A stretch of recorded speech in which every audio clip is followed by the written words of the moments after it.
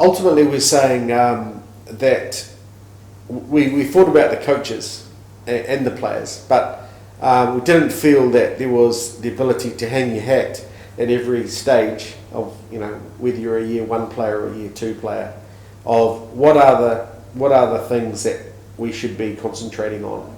Clearly base skills the whole way through, but at each level there should be some things that we need to focus on. Again, the analogy is swimming or gymnastics. You got to learn to float, and you got to learn your strokes, learn how to breathe, all of those things in some sort of order.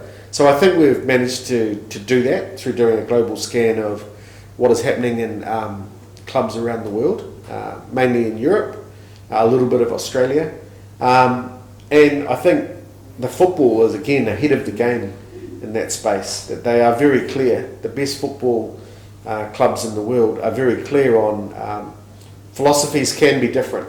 It's okay.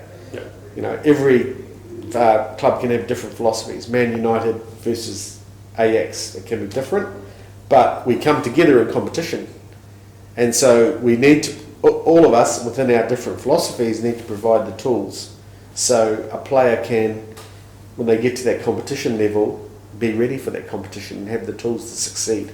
So I think the Europeans do it great, and they have it. So if you're a new coach, as an example, you know exactly what their outcomes that you're looking for over a course of a season. Yeah. And of course the number one thing should always be that they have so much fun that they want to come back. But there is a list of things. Yeah. Now whether that's base fundamentals followed by introducing a couple of concepts each year in a stage sort of program, I think that's the key. So people don't feel, and I've been a parent in that situation in a code, and I went, oh gosh, I don't know anything. But they've thrust me into coaching. Mm-hmm. So what do I, where do I gather the information from? And it's not, if there is no curriculum or no framework in place, you're going to go to what you think is the right thing to do. You're probably going to look at an adult model and try and dumb that down, and you're going to miss some stuff. So I think cricket does a really good job of it. I love the Winton Rufer soccer program, something that I'd seen, from really small 3-4-year-old, I think they're 4-year-old boys and girls up. They not only teach them the different age and stage of skills, but they teach them values. So I think it's a good program, and I know that looking at it, I can see that Winton had learnt that from being in Germany. Yeah. So those countries, lots to learn from, and there's a really good story in a documentary on German football that tells you, the greatest players in Germany got in a room because they had come last in a European Championship and said this is not to happen again. And this was in 1990. So they got in a room and they said, what are we going to do to fix this problem? And they said, what we will do is we will send out development officers to all of the clubs of Germany in vans, and we will start right at the lowest level when kids enter the sport, and we'll teach them coordination first of all, mm-hmm. and then work our way up football. So they basically started again. It was a successful. You'd be fair to say that up to 1990, Germany was a pretty good football team, right? Yeah, well, I'm a soccer fan, so yeah. you see the evolution in the way they play the game. So they did that. I may have even sent you the video, but they did that. Next minute, all of the coaches and all of the clubs knew the ages and stages that needed to be taught and taught well. And every player has to progress through that, just as you would if you were learning your swimming. And at the end of it, it took 14 years. But they had a group of players who won the under-21 European Championships.